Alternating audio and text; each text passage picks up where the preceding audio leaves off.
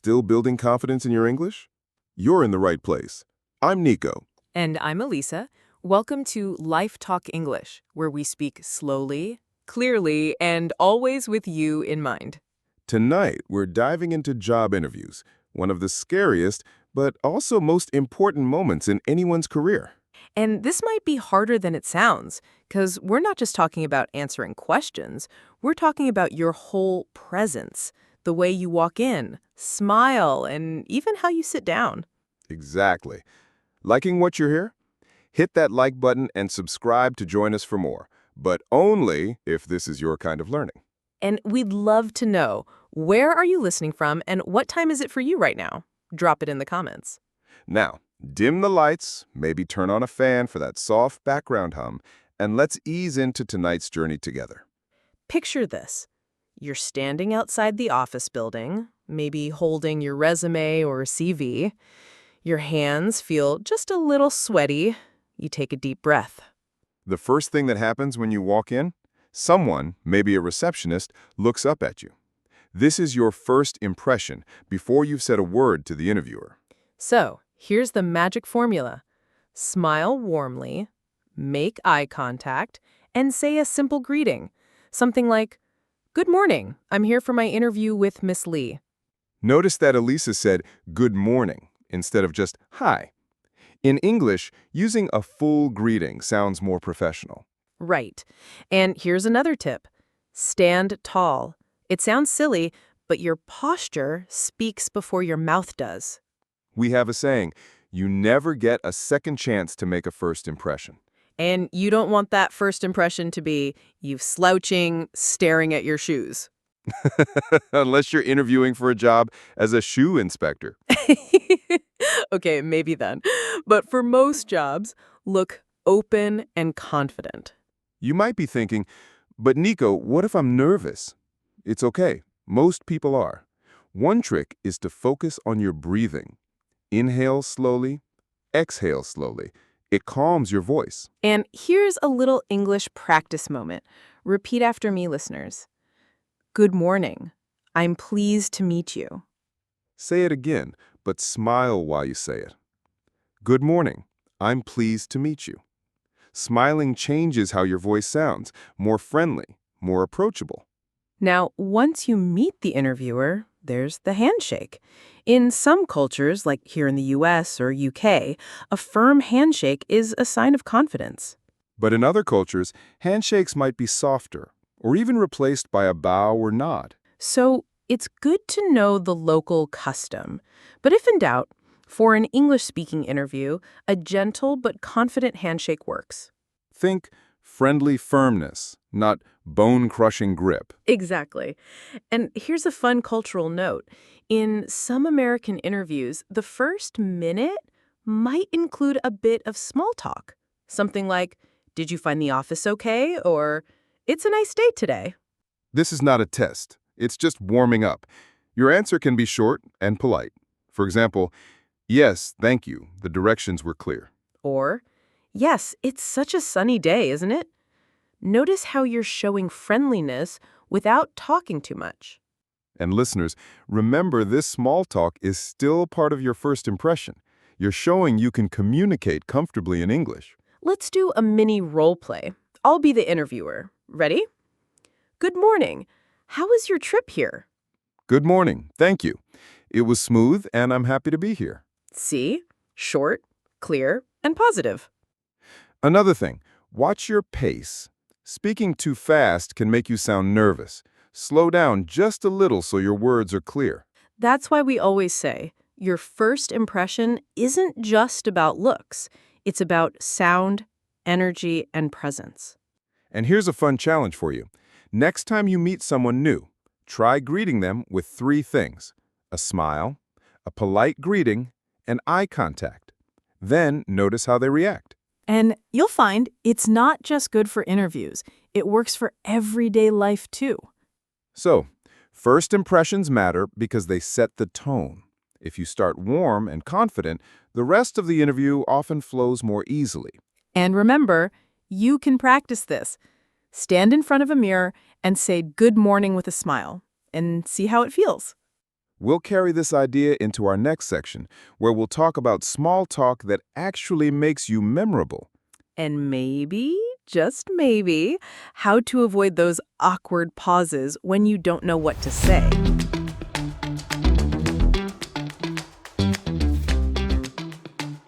So last time, we talked about first impressions, walking in, greeting people, and setting a warm tone. Yeah, and now we're going to zoom in on those first few minutes after you sit down, the small talk zone. Some people love it. Others, they dread it. I used to hate it. I'd think, why are we talking about the weather when I'm here to talk about my skills? But small talk is like the appetizer before the main meal. It warms up the conversation, makes everyone more comfortable. And here's the tricky part. It has to be light, but still professional. Exactly. You wouldn't say, I barely made it because traffic was horrible and my bus smelled like onions. No, keep it positive. Even if traffic was bad, you can just say, yes, it was fine. Thank you for asking. In English, short, friendly answers work well. They show you can connect without taking too much time. Let's give them a quick list of safe, small talk topics for an interview. Sure. Number 1, weather. It's cliché, but safe. Number 2, the building or office. Something like, your office is so bright and welcoming. Number 3, travel. Yes, I found the place easily. Thank you. And number 4, something positive about the company, if you know it. I saw your recent charity project. It's inspiring. Now, here's an English learning moment. When someone says, "How are you today?" you don't need a long life story. A simple, "I'm doing well, thank you. How about you?" works perfectly. That "how about you" part is important. It shows you're polite and keeping the conversation balanced. Let's role play again. I'll be the interviewer. Good morning. How are you? Good morning. I'm doing well, thank you. How about you? Perfect. Notice how Elisa's voice is warm and clear, not rushed. Here's a tip. If you get nervous, focus on the other person. Listen to their words, not your thoughts. And don't worry if there is a small pause. In English, short pauses are normal. You don't have to fill every second with talking. You can even use the interviewer's cues. If they mention the weather, follow it lightly. Yes, it's so sunny today. Perfect for a walk. Just remember, small talk in an interview is not for deep opinions. It's about creating a friendly bridge to the real questions. And it's also a subtle language test. They're hearing how clearly and comfortably you speak in casual English. Let's do a little practice with our listeners. Ready? I'll ask a question, and you answer out loud, wherever you are. Did you find the office easily? Okay, how did you answer? Did you say something short and positive like, yes, thank you, the directions were clear? Good. Now, how's your day going so far? You might say, it's going well, thank you. How's yours? See? Polite, balanced, and easy. And if you want to make it a little more engaging, you can add one more detail. It's going well, thank you. I enjoyed the train ride here. It was quiet. That's a nice touch, a little detail without telling your whole life story. Exactly. Think of small talk like seasoning in cooking. Too little, and it's bland. Too much, and it's overwhelming. And if you freeze up, remember you can always smile and nod before answering. It buys you a second to think. One last cultural note. Small talk in English-speaking countries often happens even after the interview officially starts. Right. Sometimes they'll ask you a question about your resume, then casually say, by the way, did you see the game last night? If you don't follow sports, you can still respond positively. I didn't catch it, but I heard it was exciting. The key is to keep the vibe friendly, then gently move back into the main conversation. All right. So, small talk with impact is all about balance. Light, positive, and short. And now that you've warmed up, you're ready for one of the hardest questions in English interviews. Yep. Tell me about yourself. Oh yes, the question that sounds simple but can make you sweat. Don't worry. In the next section, we'll teach you how to answer it like a pro.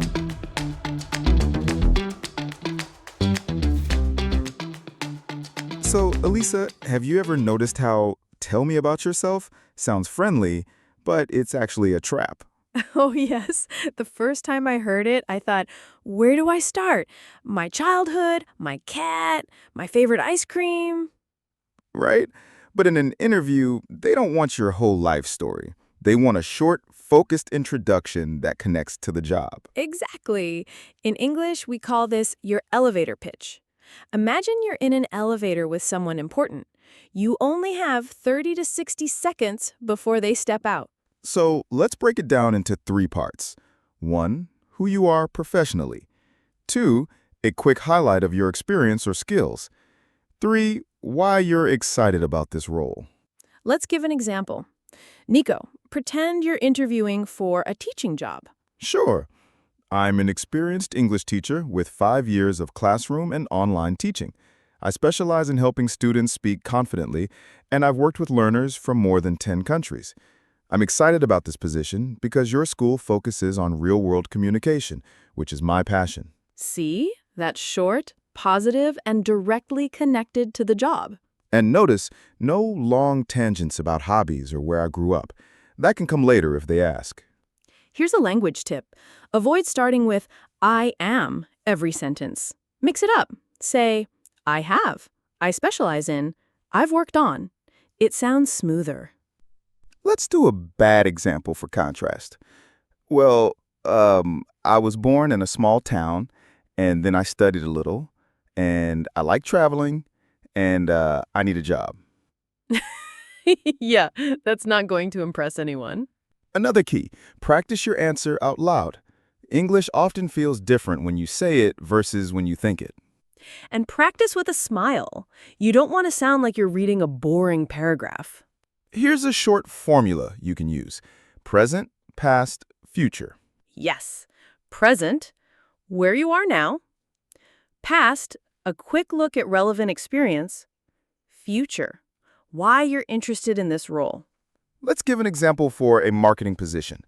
Present, I'm currently a social media coordinator managing campaigns for a mid-sized company. Past, before that, I studied digital marketing and ran my own small online store. Future, I'm excited about this role because your company's innovative campaigns inspire me. That's clear, structured, and under 1 minute. And remember, this is not a memorized speech. You can adjust it depending on who's listening. Here's something people forget. Interviewers are human. If you share something small but genuine, like, I love helping people connect through stories, it makes you more memorable.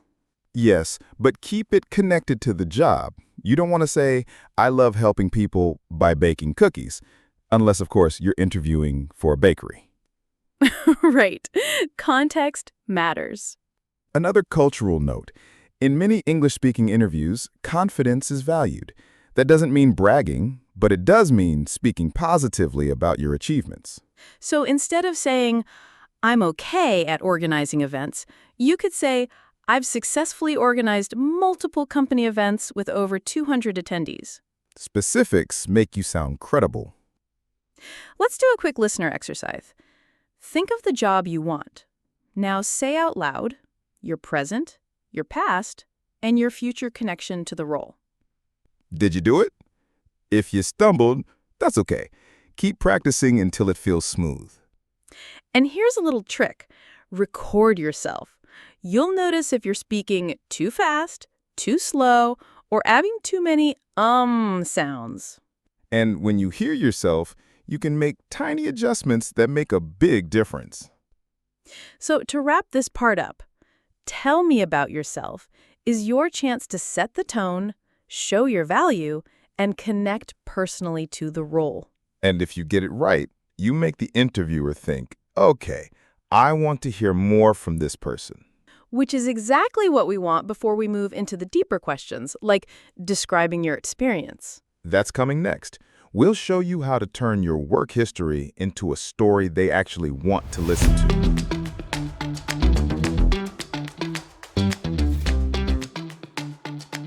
So, Elisa, now that our listeners have nailed their tell me about yourself, it's time for the meaty part, talking about your work experience. Yep, and here's where many people either go too short, I worked here for 2 years, or way too long, listing every single task they ever did.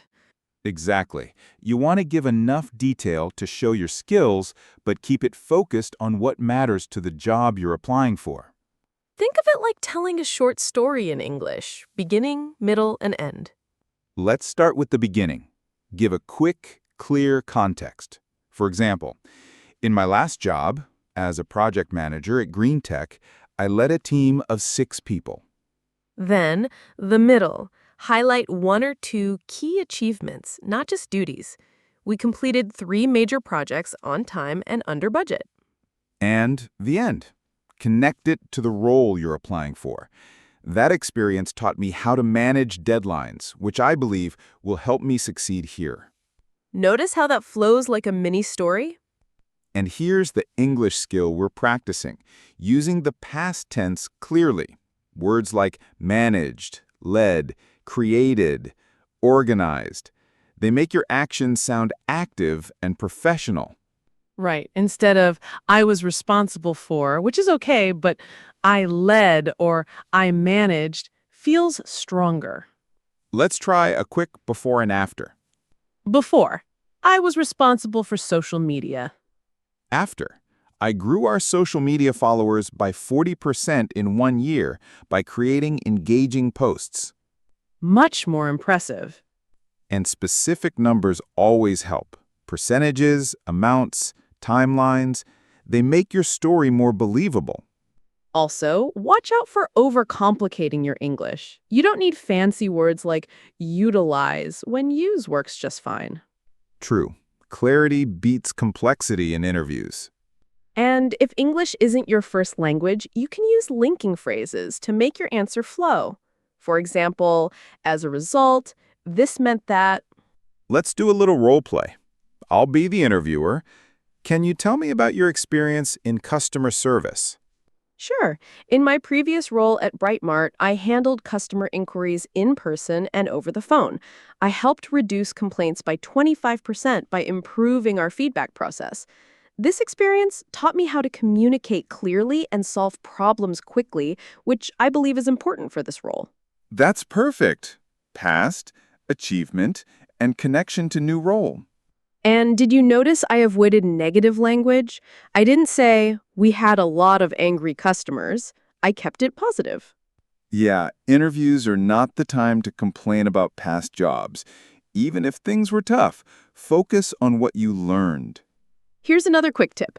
If you have gaps in your resume, you can still frame them positively. For example, I took time to improve my skills through online courses.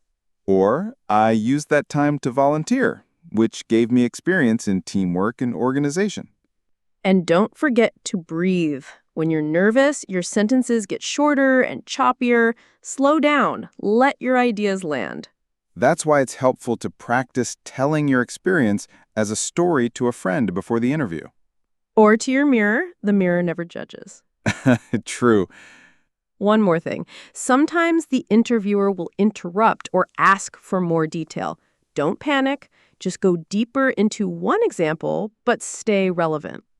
And if you don't understand the question in English, it's okay to ask politely, could you please repeat that? Or, do you mean? That shows confidence, not weakness. So, to sum it up, describe your experience in 3 steps: context, achievement, and connection to the job. Use clear past tense verbs, keep it positive, and tell mini stories. And in the next section, we're going to tackle a tricky one.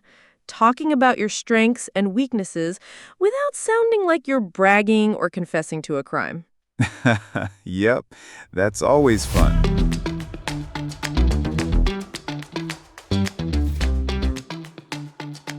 All right, Eliza, time for one of the most famous interview curveballs. What are your strengths and weaknesses? Oh, yes. The question that makes people either freeze or start listing every personal detail like it's a dating profile. True. But here's the thing. In English-speaking interviews, this question isn't about tricking you. It's about seeing how self-aware you are and how you handle balance. Let's start with strengths. You don't want to just say, I'm hardworking. That's too common. You need to show proof. Exactly. A good answer includes the strength plus an example. For example, one of my strengths is organization. In my last job, I developed a new filing system that saved the team hours each week. See how that feels real? It's not just, I'm organized. It's a story that proves it. And you can match your strengths to the job description. If they want a team player, you might say, I work well in teams. In my last role, I collaborated with 3 departments to launch a successful campaign. Now, for weaknesses, this is where people get nervous, but you don't have to reveal your deepest flaws. Right. Choose something real, but not something that destroys your chances. And very important, show how you're improving it. For example, I used to struggle with public speaking, but I've been taking workshops and volunteering for presentations, and it's getting easier.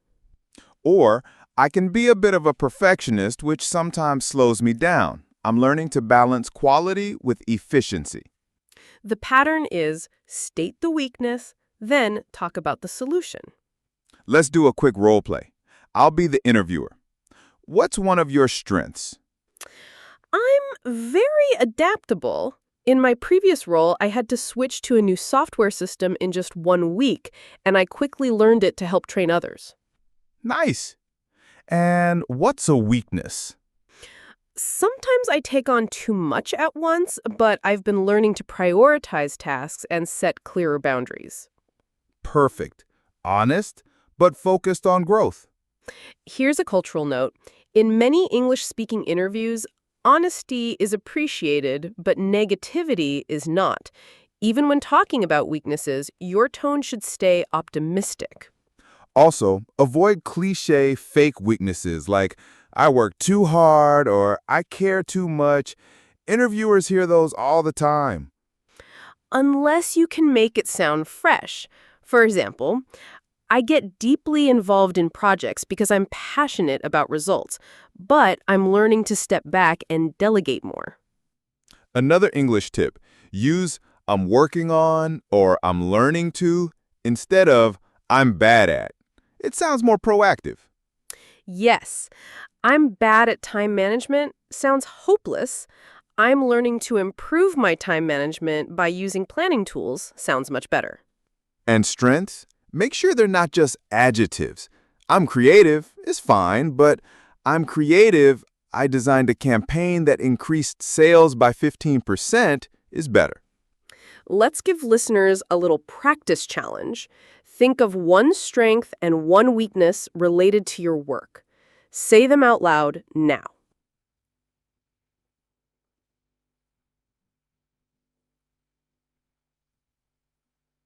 And remember, your strength should come with an example. Your weakness should come with a solution.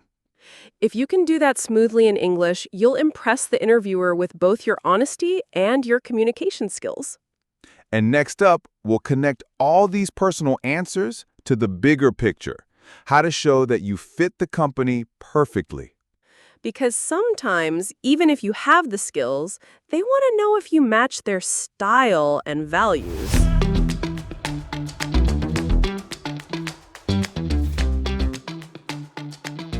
Okay, so we've talked about your strengths and weaknesses. Now let's zoom out a little. How do you show an interviewer that you actually belong in their company? Right, because in English-speaking job interviews, it's not just, can you do the job? It's also, do you fit in with our culture? Exactly. You could be the most skilled person in the world, but if you seem completely out of sync with their style, it's a no. So, first tip, do your homework. Research the company before the interview. Look at their website, their social media, maybe recent news about them. And listen for their key values. For example, if they talk a lot about teamwork, you can prepare examples of times you worked well with others. Or if they focus on innovation, you can share a time you introduce a new idea. Let's do a mini example. Job posting says, "We value collaboration and creativity." You might say in the interview, "I really enjoy working in collaborative environments. In my last role, I teamed up with designers to create a campaign that increased engagement by 30%. See how you're echoing their values back to them, but with proof? And you can even match your language style a little. If they're more formal, you speak a bit more formally. If they're casual, you can relax your tone just a touch. But not too much, you're still in a professional setting. Right. Here's a cultural note. In English-speaking workplaces, culture fit doesn't mean you have to be exactly like everyone else. It means you can work well with them. And part of that is showing enthusiasm for their mission. For example, I admire how your company supports environmental projects. I'd love to contribute my skills to something that makes a positive impact. And here's a little English learning tip. When expressing enthusiasm, try phrases like, "I'm really inspired by," or "I appreciate," or "I admire." That sounds warmer than just saying, I like your company. Let's do a role play again. I'll be the interviewer.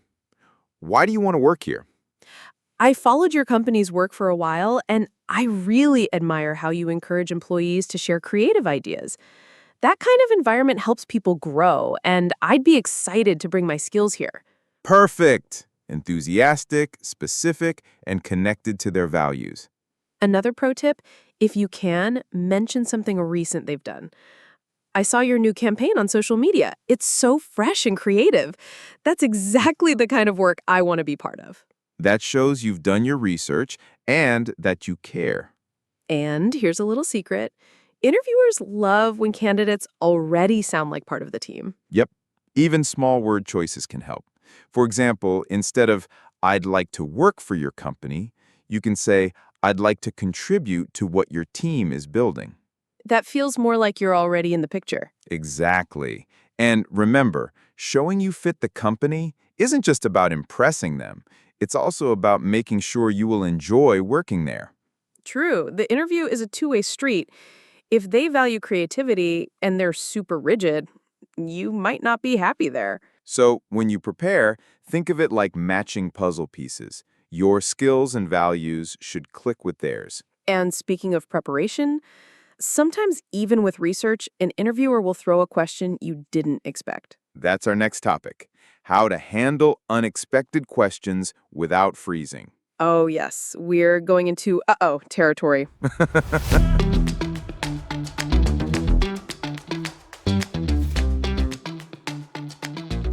So, Elisa, have you ever been in an interview and suddenly they ask something completely weird?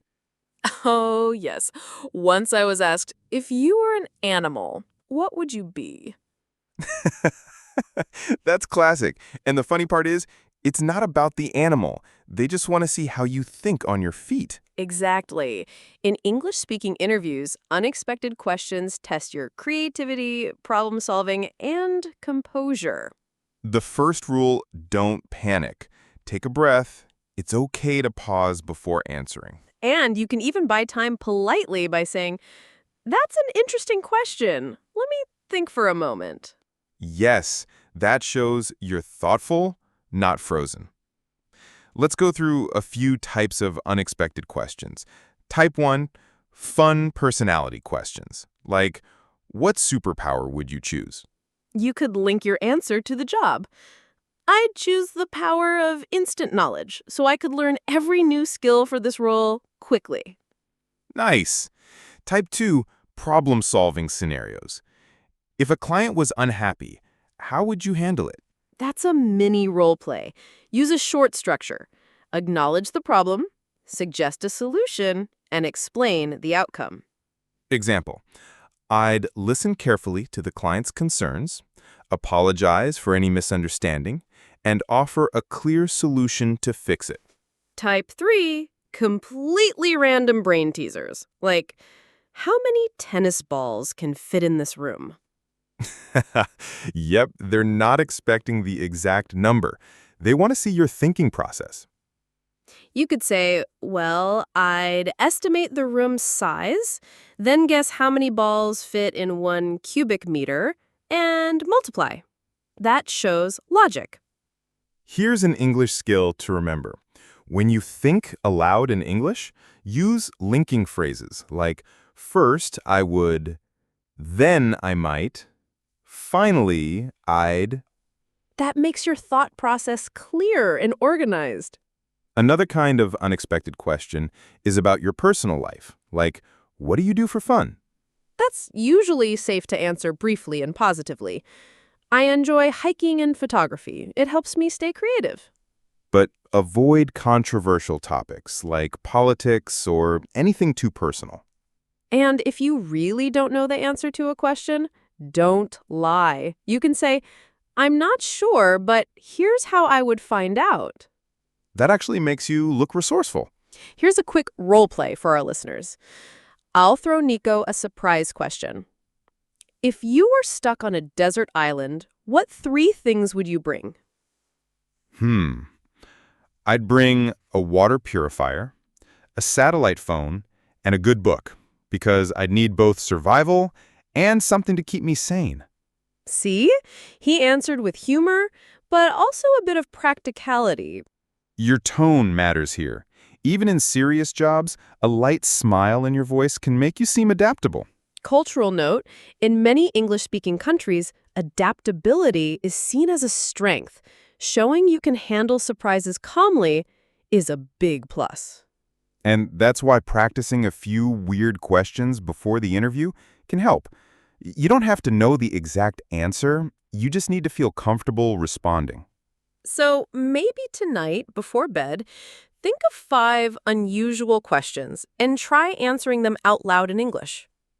That way, if an interviewer ever says, if you could travel anywhere in time, where would you go? You'll smile and answer with ease. And after mastering the unexpected, there's another skill, asking them good questions.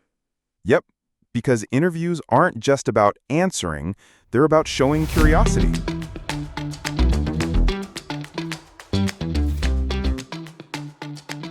So far, we've focused on answering questions. But there's this moment near the end of almost every English-speaking interview where the tables turn. Yep, the interviewer says, "Do you have any questions for us?" And you might think, nope, I'm fine. I just want to go home. But saying no can actually hurt your chances. Right. In English-speaking interviews, asking questions shows you're interested, engaged, and thinking about how you'd fit into the role. The trick is your questions should be smart, not just, "How much will I get paid?" Yeah, that one can wait until later in the hiring process. So let's share a few good examples. 1. What does success look like for this role in the first 6 months? That's great because it shows you're thinking about performance and expectations. 2. What do you enjoy most about working here? That's friendly and it gives you insight into the company culture. 3. Can you tell me more about the team I'd be working with? Perfect. Shows you care about collaboration. And here's a tip. Write down your questions before the interview so you don't freeze. You can even bring a small notebook. In English-speaking cultures, it's totally fine to glance at your notes. Just don't read from them like a script. Keep it natural. Let's do a role play. I'll be the interviewer. Do you have any questions for us? Yes, I was wondering, how does your team usually share ideas and feedback? Is it more through meetings or online tools? Nice. That's specific, and it connects to teamwork. Here's another English tip. Use polite phrasing for your questions. I was wondering, could you tell me more about, would you mind sharing? It softens your tone, which is great for building rapport. Also, you can connect your question to something they've already said. For example, earlier you mentioned the company is expanding into new markets. Could you tell me more about that? That shows you were listening. Cultural note. In many English-speaking workplaces, listening well is just as important as speaking well. And remember, your questions aren't just for them to judge you. They're for you to decide if you want the job. Exactly. If you ask about growth opportunities and they say, "We don't really have any," that's useful information for you. Here's a quick challenge for our listeners. Pause for a moment and think of 2 smart questions you could ask in your next interview. Pause for 3 seconds. Got them? Good. Keep them ready, but also stay open to new questions that might come up during the conversation. And after you've asked your questions, the interview is almost over, which means it's time to end on a strong note. Yes, the thank you and goodbye moment. People forget, but that's part of the impression you leave. We'll walk you through it next, because your closing moments can make you unforgettable. In a good way.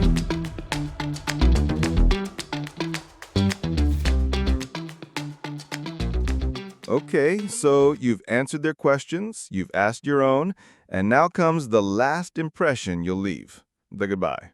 Right. And in English-speaking interviews, the way you end is almost as important as the way you start. Exactly. People remember the beginning and the end. So let's make it strong. Step 1. Thank them sincerely for their time. You could say, "Thank you for taking the time to meet with me today." Step 2, express your enthusiasm for the role. I'm really excited about the opportunity to contribute to your team. Step 3. If it feels natural, briefly restate why you're a great fit. Not a whole speech, just 1 or 2 sentences. For example, after learning more about the role, I'm confident my project management skills and passion for innovation would be a great match here. That's short, confident, and positive. Step 4, clarify the next steps. In many English-speaking cultures, it's normal to ask, could you tell me what the next steps in the hiring process will be? That shows you're engaged and thinking ahead. Here's a role-play example. I'll be the candidate. Thank you so much for your time today. I've really enjoyed learning more about your company, and I'm excited about the possibility of joining the team. Could you let me know what the next steps will be? Perfect. Clear, warm, and confident. English tip, when you end, keep your voice steady and friendly. Avoid rushing your words just because you're nervous to leave. And smile, even if you're doing an online interview. Smiles travel through your voice. Cultural note. In English-speaking business settings, a handshake is common for in-person interviews. But if you're in a country or culture where that's not standard, you can simply give a polite nod or thank you. For video calls, a friendly wave at the end feels nice too. Oh, and don't forget, once you've left, the interview isn't completely over. You mean the thank you email? Exactly. Sending a short, polite thank you note within 24 hours can leave a great final impression. Something like, "Thank you again for the opportunity to speak with you today. I enjoyed our conversation and learning more about the role. I'm looking forward to hearing from you." That's it. Simple and respectful. And don't overthink it. You don't need to write a novel. Just a few lines to show appreciation. Here's one more thing. Your goodbye moment is also a mental switch for you. You've done your part. Now you can breathe and let the process play out. Which is easier said than done, I know. True, but think of it like this. Ending well means you've tied the ribbon on your gift. They now get to decide when to open it. I love that analogy. So, we've arrived at the last stage in our journey. What happens after the interview and how to follow up without being pushy? Yes, because there's a smart way to stay on their radar without sending 10 just checking in emails.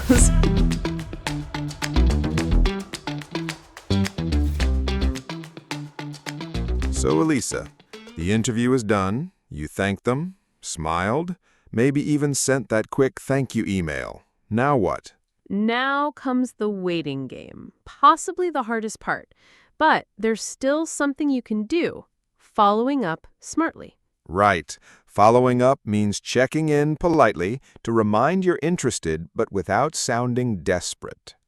So first tip, wait about a week after your interview before sending a follow-up email. Unless they told you a specific timeline. Then wait until that time passes. Your email should be short and sweet. For example, "Dear name, I hope you're well. I wanted to follow up on my interview last week for the position role. I remain very interested and would love to contribute to your team. Please let me know if you need any more information. Notice it's polite, professional, and to the point. Also, double-check the spelling of their name and the company name. Little details matter. Here's an English phrase to practice. I remain very interested. It sounds confident without pressure. And avoid phrases like, just checking in, or any update, alone, because they can feel too casual or pushy.